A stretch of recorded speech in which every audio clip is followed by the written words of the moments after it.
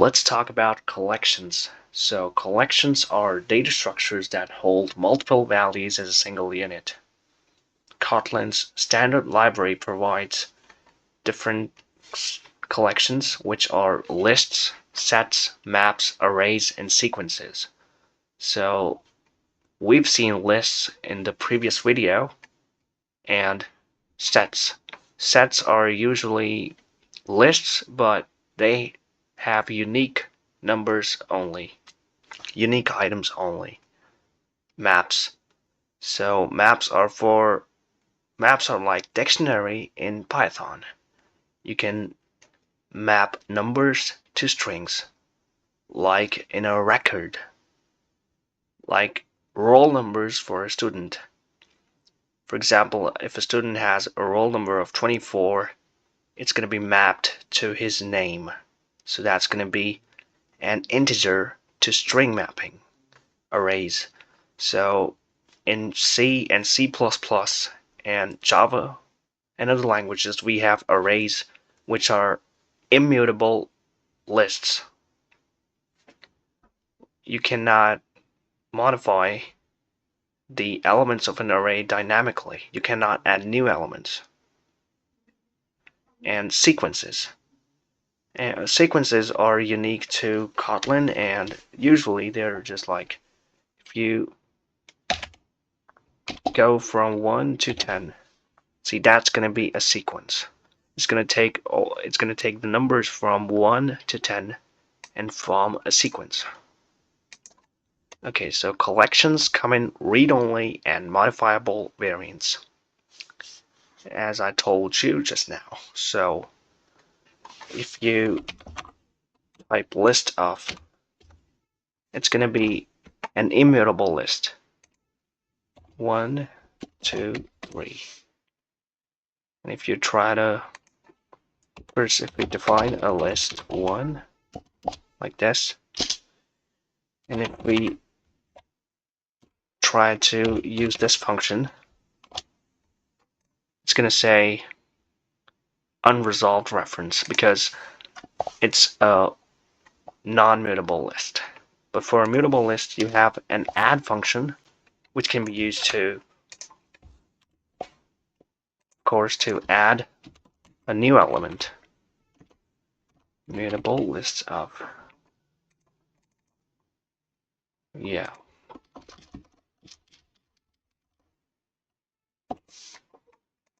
Now you can add a new element.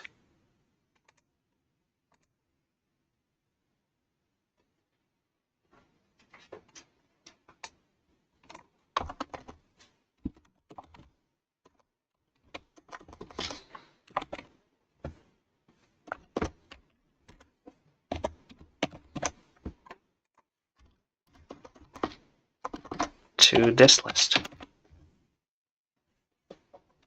So it's going to ask for an index and for an element. So let's say the index be 0, 1, 2, 3. Let's say the index is 3. You're going to add a 4. See? If you try to write list 2 again, it's going to be 1, 2, 3, and 4. And just like that. That's the introduction to collections. So the read-only interfaces expose operation without allowing structural changes, while mutable types let you add, remove, or update elements, like you saw with this list example of ours. So when you define this list 1, you could not add anything to it, but when you defined a list 2, a mutable list, you could add or remove elements to it, like this. If you type the index 0, which is the first index, because indexing starts from 0. Okay, so it's going to remove that, and now we're going to see. Okay.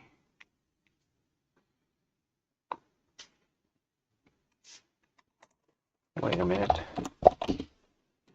What if we try this now?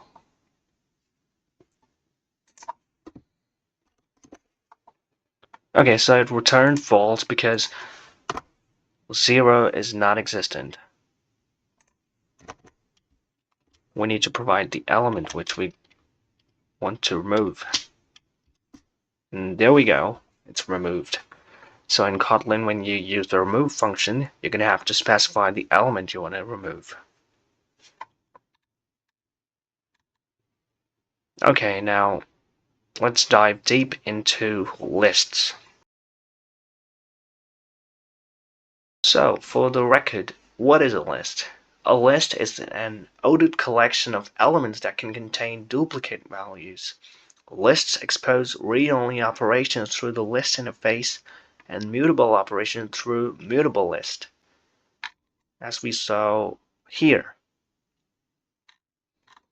Okay, so immutable list can be created with list of, and mutable list is created with mutable list of. In an immutable list, you cannot add, remove, or change elements through the list interface. In mutable list, you can in fact add, remove, and update elements. So let's define a list.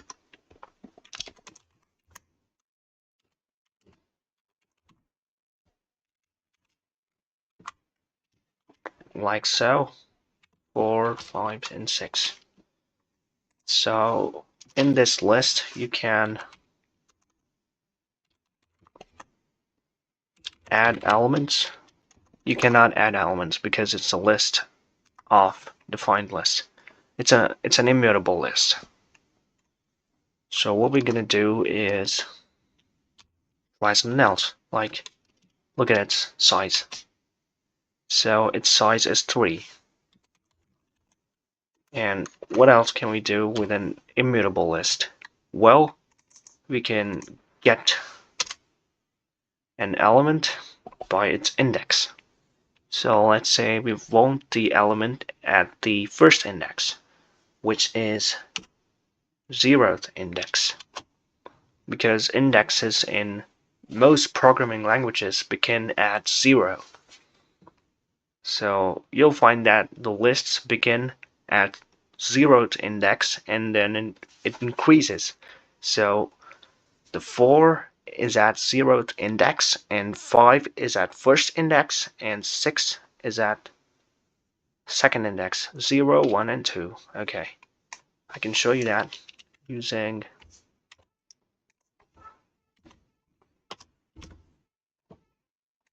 these two calls. 0, 1, and 2. Okay, the latest call is displayed. So if you get the third index, which is 2, you get 6. And if you try 1, you're gonna get 5. Just like that. Okay, so you can also get the first or the last element using the getFirst function, which is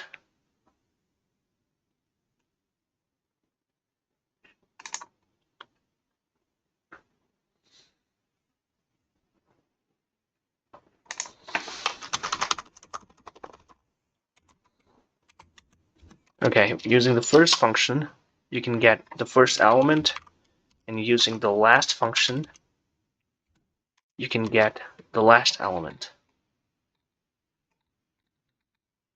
You can also use square braces to get an element using its index. So the 0th element is 4.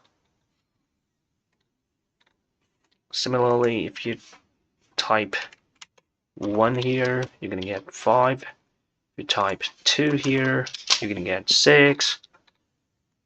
And, well, let's move on to mutable list. So let's define a mutable list. Var, let's define this. Let's make this interesting with a movie list. So mutable list of, let's say, string, because, you know, movies are text. Movie titles are text. So you're gonna have to, let's say, Terrifier 3. And let's say another movie, Halloween. Well, what other abomination of a movie can we type in? The substance is good. Let's just add a palette cleanser with like so. Okay, so that's your mutable list. So if you wanted to add another movie to your movie list, you just have to type its name and say add and just name your movie. Let's say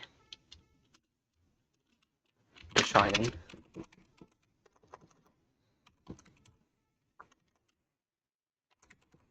Yep. So if you add like this and then check out the list, you can see that it's added to the end of the list. But if you wanted to add it at a particular index, what would you do? Well, you can just specify that index. Like if you want the movie to be at 0, 1, 2, 3, 4. Now we want this movie to be at 1. Okay, so let's add this movie. It's called Inside. Yeah, the 2007 one. And then check it out. Wait, we didn't specify the index. It should be 1. And now let's check it out.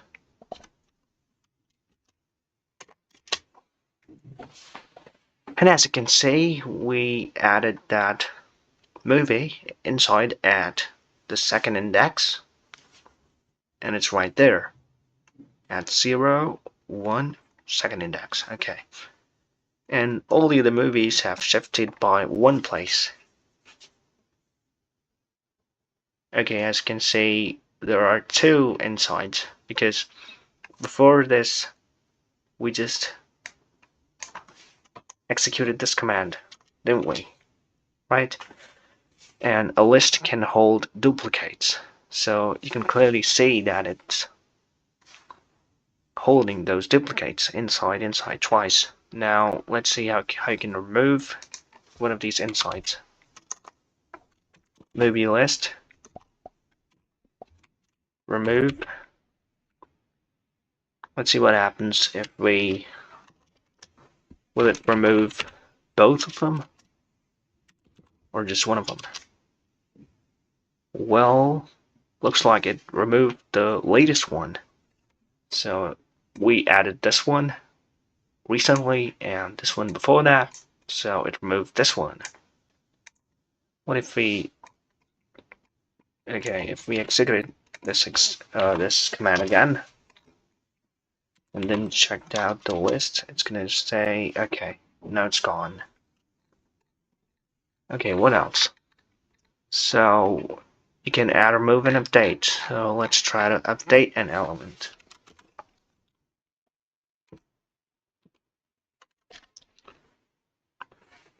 So if you want to update an element, you can just say set. Okay, let's say you want to change the element at index 0. You want a lighter movie. You don't want Terrifier 3. Let's say you want, The Ring. These are pretty old, but let's see what happened in the actual list. Okay, well, what happened here was just that when you set The Ring as the 0th element, it just returned the element that was popped. Okay, so look at this. So Terrifier 3 is gone, and now you have The Ring in its place. So that's your update operation. So that covers all these commands. operations, I mean. So now you can just focus on, now let's try to index something from it. Okay, just let's see its size, 5, and then see, and then try to index elements from it. Well, what if you wanted to see the entire list in one go? So you can use a for loop for that, and we're gonna say for movie in movie list, say you want to print every movie separated by a line. No, this is fine. So movie, and then you can see that it's doing that. Let's add some space if we must. Yup. Okay, so as you can see, it added some space after every movie, and that's great. So that's how you can iterate through the elements of a list by using this. By using this syntax, movie in movie list, or if you had a fruit list, as I told you in the previous video, you can iterate through the fruits or through any list, even for a immutable list, you can just iterate through its elements. Let's say list 1. You want to iterate through list 1. For numbers, for number in list 1, you want to iterate through every number. You're going to print every number, so print line number 456. There we go. Okay, so what else can we do? Okay, so now let's talk about map, filter, and contains. These 3 functions. Map, filter, and contains. So, if we use map on our movie list, let's say you want to turn every movie title into uppercase characters. Okay, and there we go. Done. Now your movie titles are uppercased. Or what if you wanted to turn every title to lowercase? Well, then just do that, and it's lowercase. Okay, now we're going to talk about filter. Okay, so what map does is it accepts a function and it applies that function on each and every element of the list. That's what it does. That's what a map does. Okay. Now, what about a filter? What does a filter do? Well, as you can think about, as you can imagine, the filter usually just filters the elements of a list. So let's say you want to filter the movie based on the length of the characters. So the ring, this title has a length of 8, including the white space here. So 3 and 4, 7, and 1, 8. So let's say you want a movie greater than, with length greater than 8. Well, there we go. It's been filtered, and what if we make it greater than 10? Yep, and it's filtered further with only 2 elements left in the list. Okay, so what if you want to check if a movie is in that list? Okay, contains. So, do we have Terrifier 3 now? False. Basically, we don't. Okay, so that's map, filter, and contains. Those are important functions, and they're used a lot,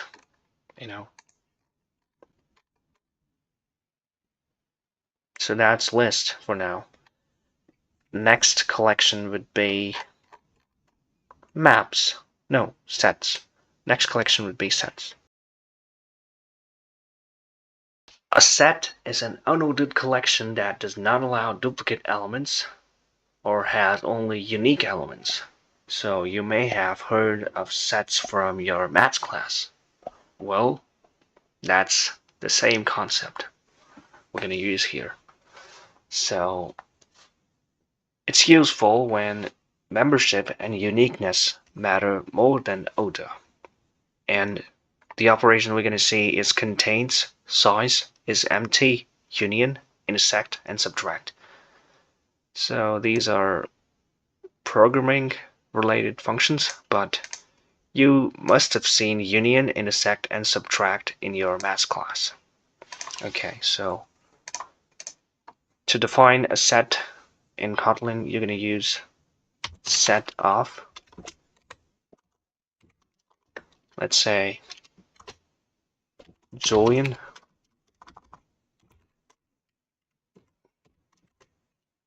Ed and Jeff. So that's your set. Let's say set1.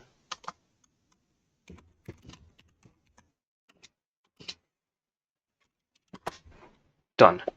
So set1 dot to add an element. It's not going to work for a non-mutable set. So what can you do? Well, you can check if it contains an element. Let's say Jeff, and it returns true because Jeff is in the set. Okay, so you can also, like I said, union, right? So if I make another set, let's say set2,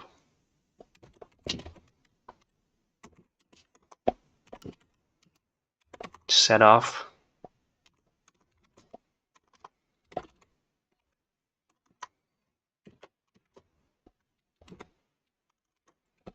Dexter and okay, what? Yeah, and Charles and Robert. So what union is going to do is it's going to see if the unique elements, it's going to take the unique elements in set1 and the unique elements in set2, and it's going to add them both to a new set. Let's say we want the union of set1 and set2. Okay, there we go. So now we have all the names, all 6 names, 3 and 3, 6 names, in one set.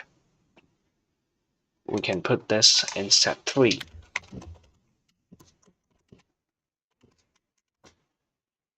Now set3 has all these elements. There we go. Okay, so that's union. So union is when you take the unique elements from one and take the unique elements from the other, and then you put them in one set. Okay, what about intersection? Well, if Dexter appeared in this first list, and then you take an intersection, also, when we took the union for these two sets, as you can see, Dexter appears in both the set 1 and set 2. So what happened is that the set is not going to count it twice, it's going to take it once only. And that's crystal clear in the output of set 3. Okay, so if we take the intersection of set 3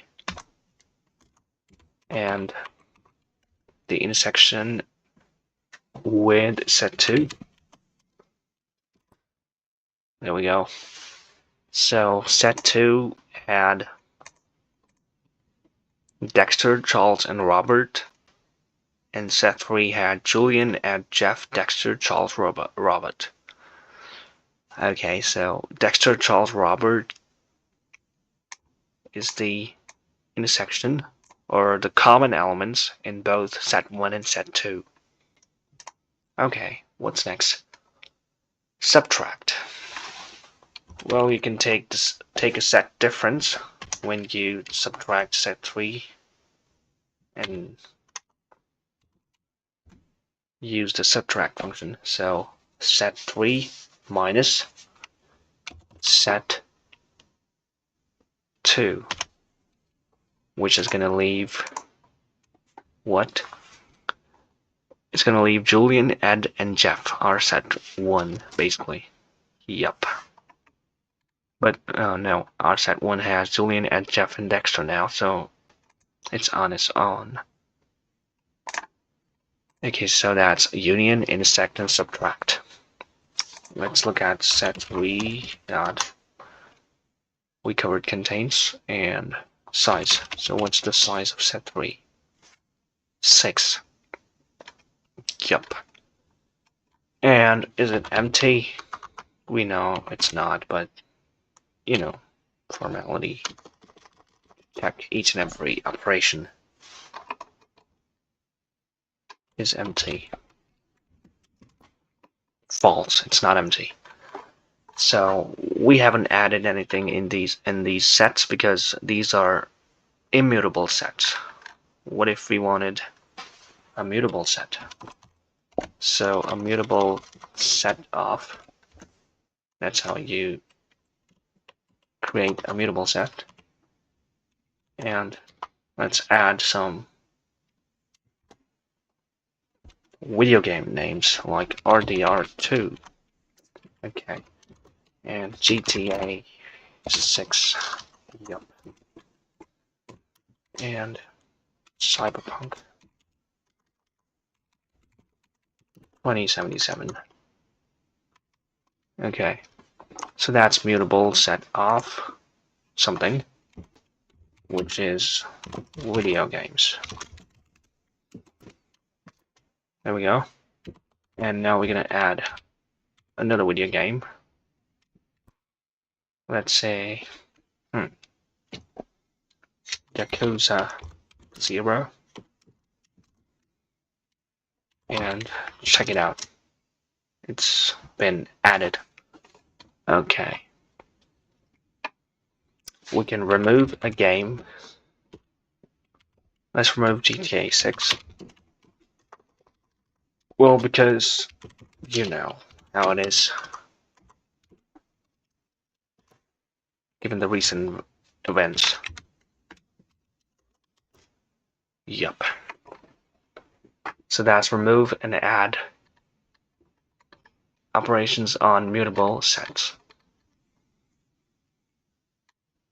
Yep, that's pretty much it for sets. You can use map, filter, and we use contains. We can use map for sets too, you know. So let's say you wanted to uppercase all these. There we go. Or lowercase. Let's say you wanted to filter based on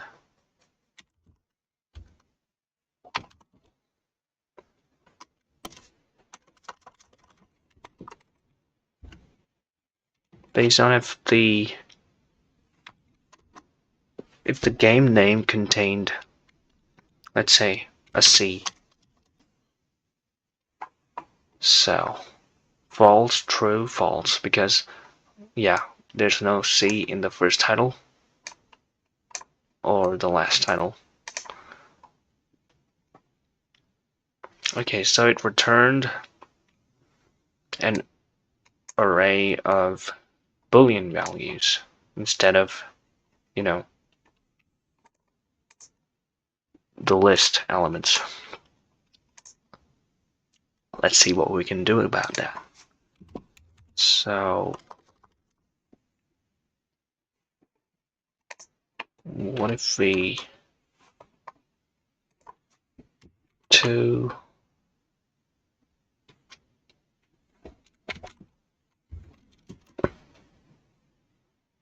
Yeah, we turned it into a set, and now it's just two values. Okay.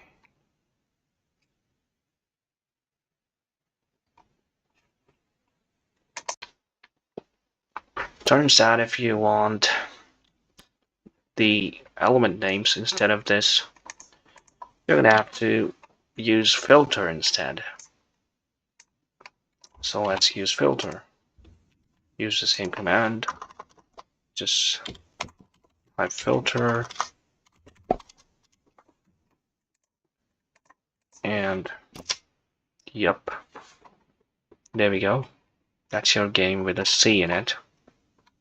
Okay, what other game do we have with a C?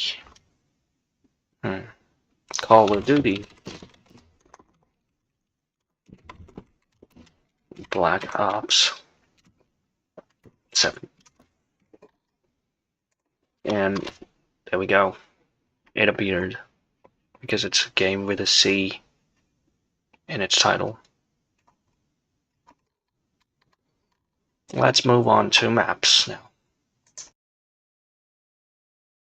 Okay, so what's a map?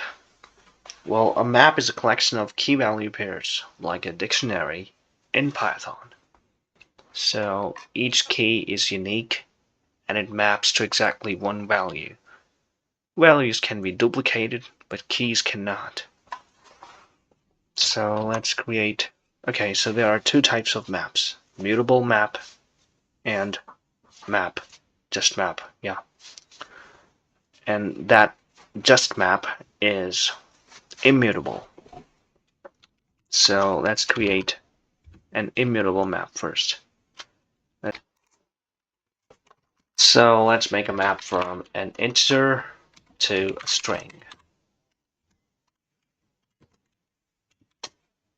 Let's say you have a number, roll number 26, and you map it to a person, Harold. And then you make another integer. Wait, you don't have to use that. You must use 2 to map two elements, to map a key value pair. 13 to Jessica. And if you wanted to name it, well, map, let's say class. Yeah, don't confuse it with the other class, which we'll study later. Okay, so 26 to Harold and 13 to Jessica. That's your basic two students big class. Okay, 27 to James Sunderland. Yeah. What if they were in the same class, you know? 39 to Mary, whatever her surname was. I don't know. Okay. So that's your map. What if you wanted to access a value from it? Okay. What if you wanted to know who roll number 27 is? James Sunderland. What if you wanted to know who roll number 39 is? Mary. Okay. So that's how you can access these elements, these keys, using these keys. You can access the values mapped to them. Yep. So what we can do is class dot size. You can get the size of this map, which is 4. There are 4 key value pairs. What else? Well, you can get. Well, get is just another way to access these key value pairs. A particular value using a key. So the get function takes an index.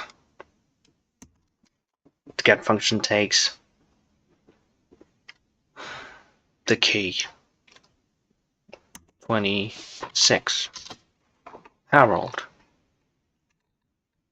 Yep. Now let's make a mutable map. Mutable map of,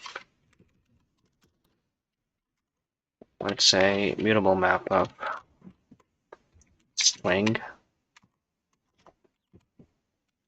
to string. Let's see, what could be string to string mapping? Let's say,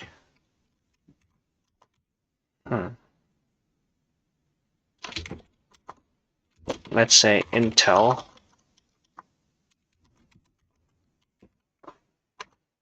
is mapped to a Windows PC. Windows, yeah. And M4, M series is mapped to Apple map. Yeah. What else? Let's say ARM is mapped to Android phones, which is true. Let's just say Android. And similarly, we know that A series CPUs are mapped to iPhones.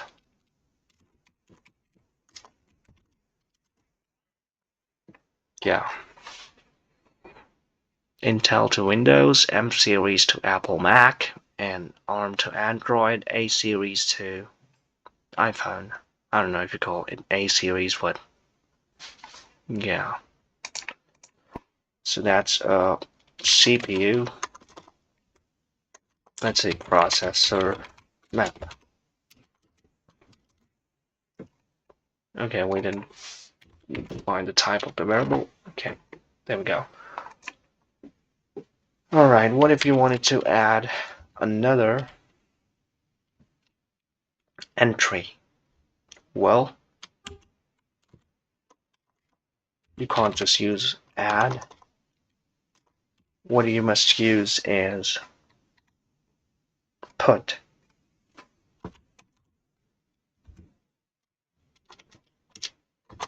So define a key to put and a value. Let's say, actually I've covered almost all of it. Well, let's say AMD and value be Nintendo. No.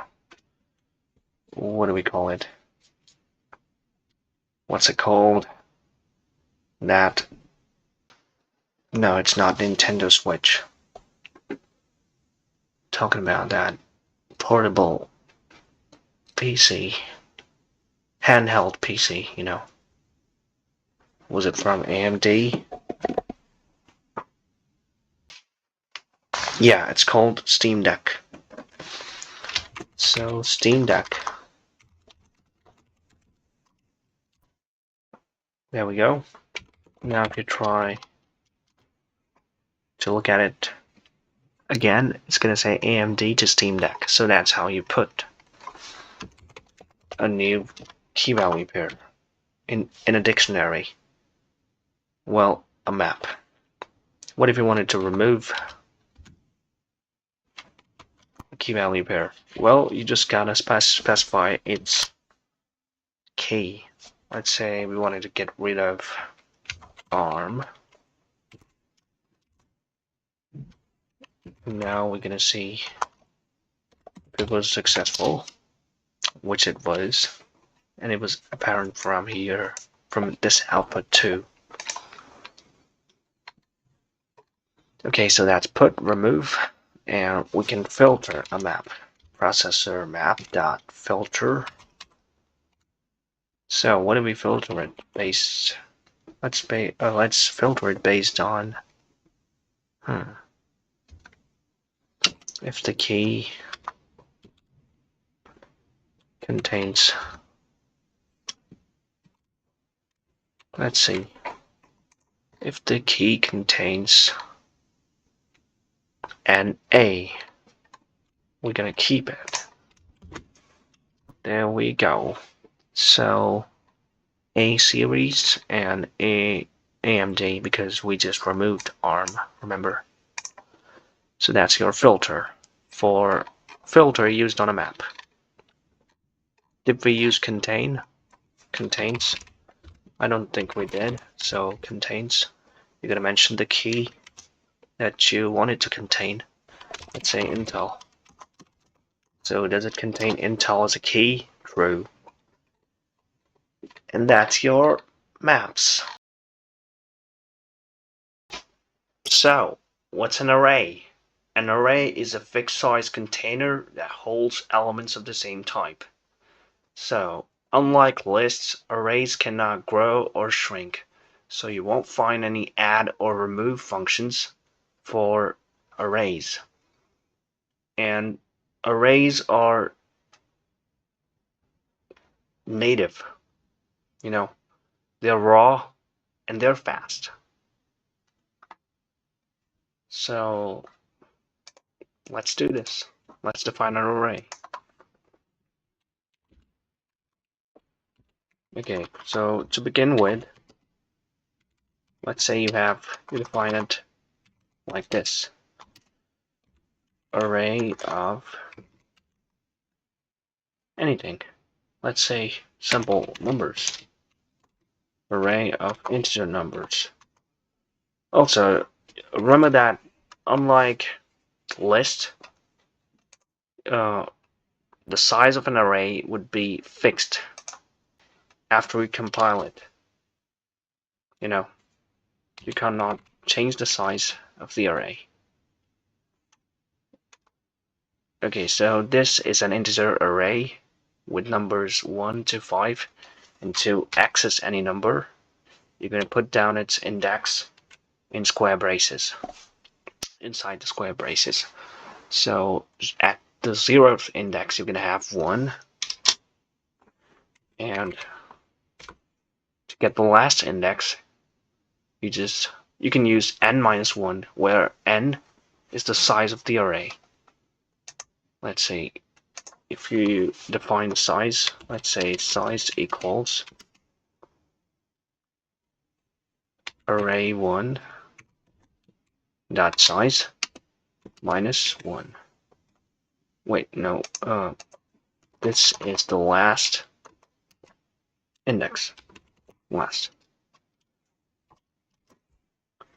Now if you try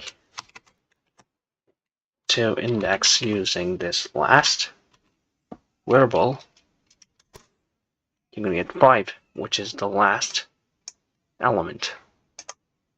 So that's indexing in arrays. You can define a variety of arrays, but remember that an array is always going to be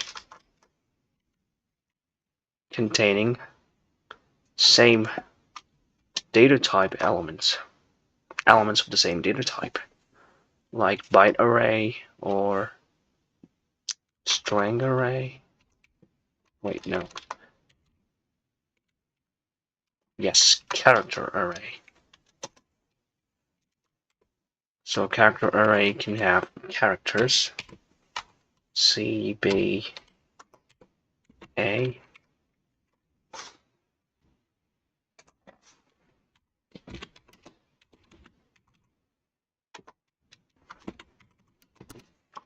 Yep. Now let's see how you can iterate through an array. So first define an I in. So instead of this, you're gonna have to use indices to do it. And then we're gonna call print line with string template and say, what's the name of the array? Character array and I.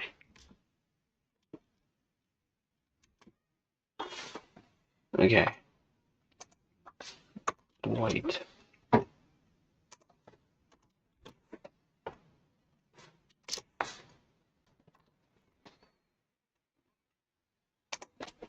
If we put this symbol, then it should work.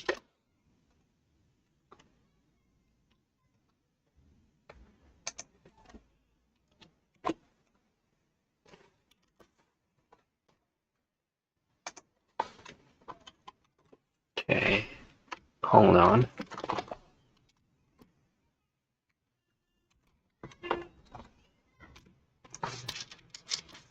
Yep, that did it. So that's how you can iterate through the elements of an array.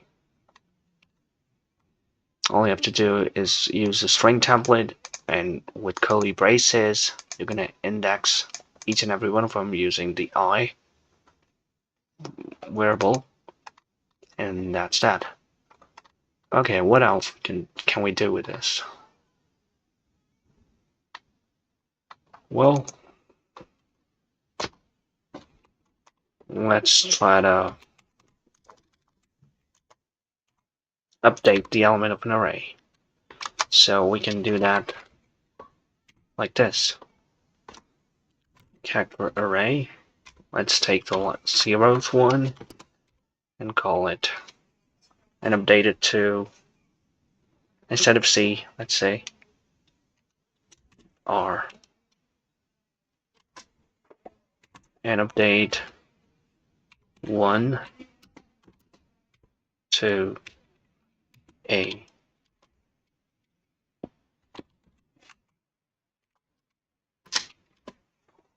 Rah. Okay. So as you can see, the elements have been updated. So that's your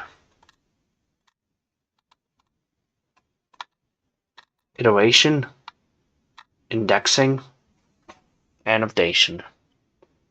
Okay, so what about deletion? Well, you can't really delete elements in an array, but you can always, just to show that they've been deleted, you can just, for a character array, you can just put an empty space in that location. So as you can see, it's empty now.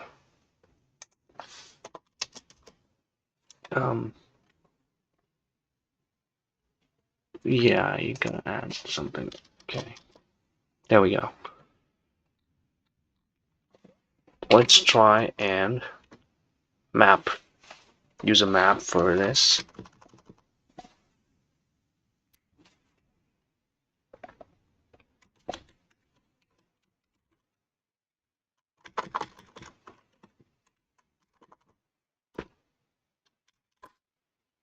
Yeah.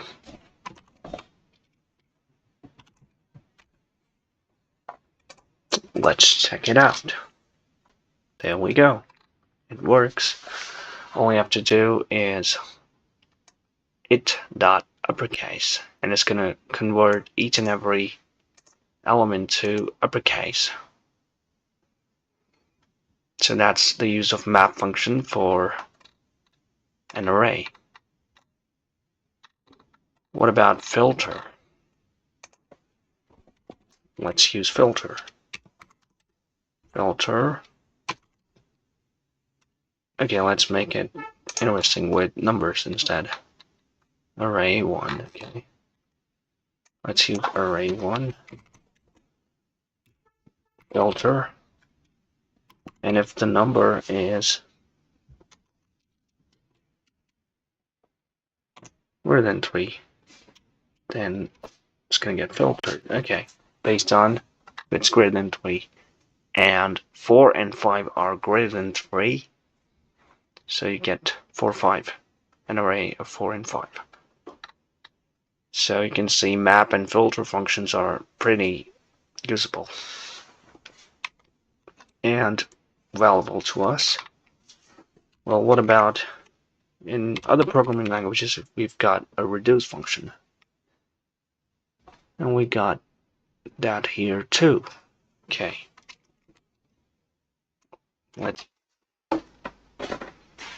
so we're gonna pass accumulator and an I, and then we're gonna add these, and then we get 15 because it just added all those numbers.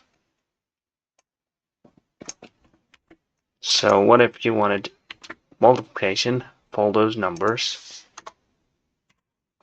consequently?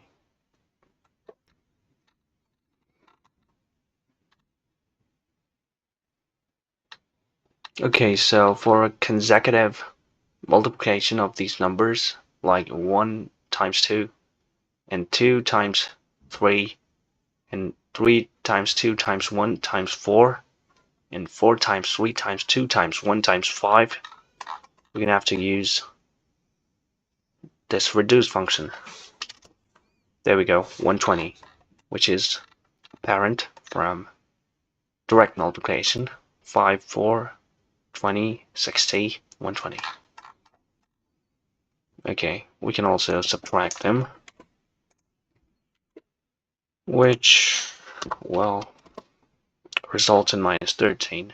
Not very useful, though. Maybe sometimes you need that. But that's it for arrays. Okay, I thought this function is important to us, so here it is. Array 4, 10, 9, 7, 45, 37, 89. So if you try this, sorted or sort, well, then it's gonna sort the array like so: 7, 9, 10, 37, 45, and 89.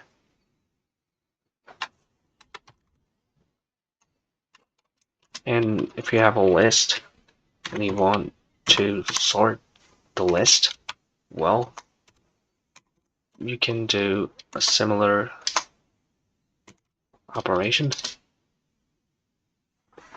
Let's just name this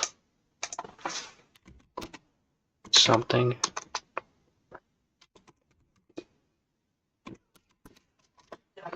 And then try it out.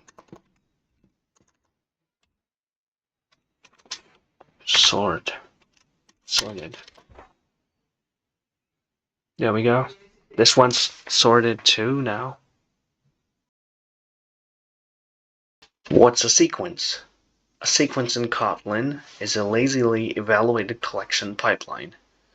So, unlike lists or sets, which compute results directly and create intermediate collections, which means they create more lists and sets between those operations.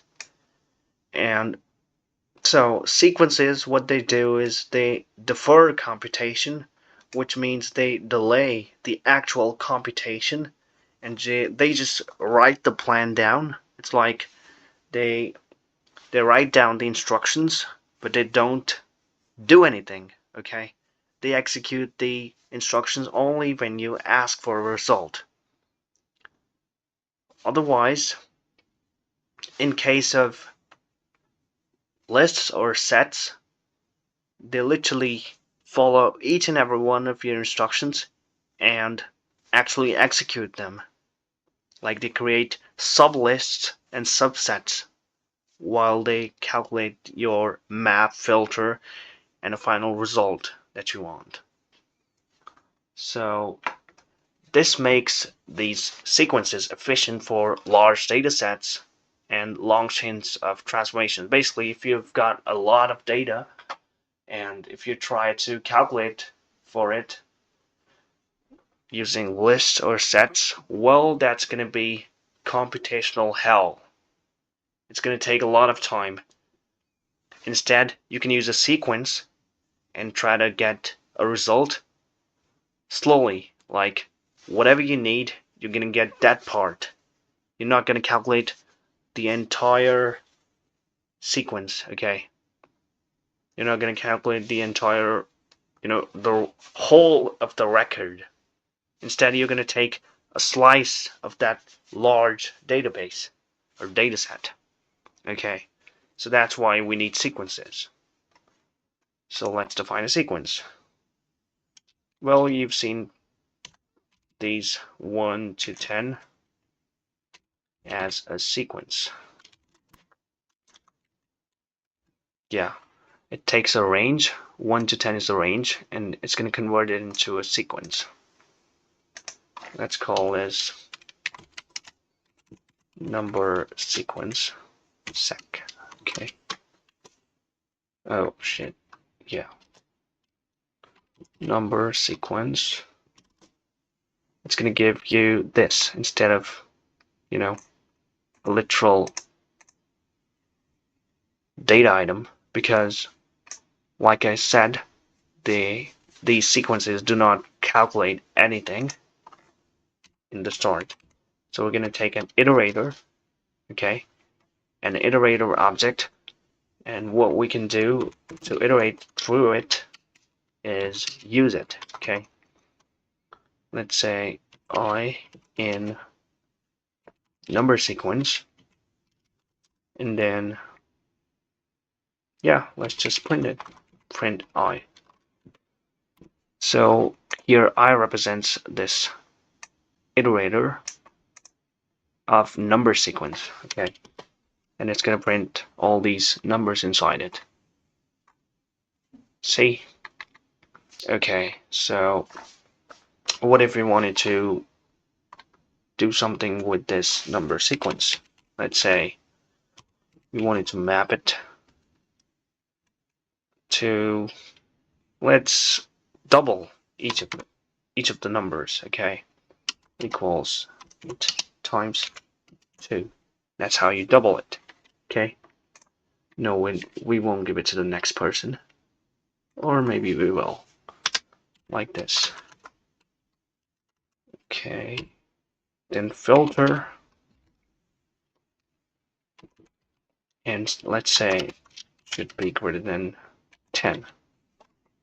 Okay. Something seems wrong. Turns out you don't use it here. And that should do it. Greater than 10. Yeah. As you can see, we used map and filter, and it did not give you a result. Let's say we wanted to take 2 of the elements, and then returns a sequence containing first n elements, right? So it's going to return 2 elements, but it didn't.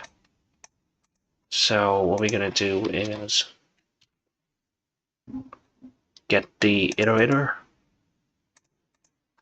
and put it in my numbers and call it a constant well. And now I'm going to see what's inside my nums. Okay. Print line I. Alright, we've got 12 and 14 as expected, because, well, you took the number sequence and multiplied 2 to every number, so it became a multiplication table of 2, and then you filtered all the numbers which were less than 10, and you got 14 and 12, and you took two of the numbers. That's why just 12 and 14 and not 20 and 18. So what if you remove this take function? And then we get the rest of them. 12, 14, 16, 18, 20, all greater than 10. So that's almost all of it. What else can we do with a sequence? Well, you can take a list. We've taken list too many times. Let's say list 6, 7. List 6, 7. And you just make a list. Also, well, you can always use these angle braces and define what kind of list you want beforehand, yourself. Otherwise, when you just put the data in the braces, it just compiler just realizes what kind of data you're working with. Like if you type 1, 2, 3, it'll know that you're using integer data type, and if you enter numbers, it's going to know that you're using string numbers. You're using string data, okay? So let's just define these, and then you can use this as a sequence. You can convert a list into a sequence using list 67 as sequence. Yeah, and then it's going to form a sequence out of it. Okay, I forgot to tell you one very interesting thing. You can use a generate sequence function to generate numbers on the fly, and these are going to be infinite. Okay, let's say you want exponential one. Okay, I, which turns into it, which is going to multiply itself by 2 every time.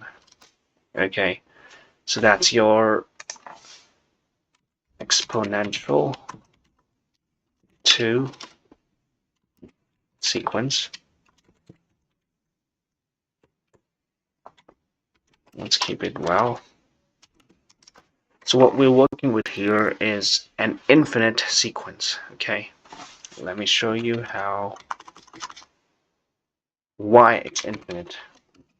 If you use this exponential 2 sec, okay,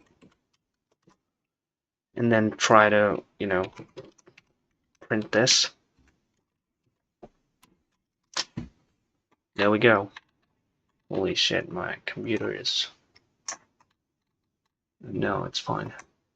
It's just, okay, there we go. As you can see, after a certain point, the overflow is encountered, and it all goes to trash. Then it starts returning zeros because it cannot hold that length of the data, right? After 10737418244,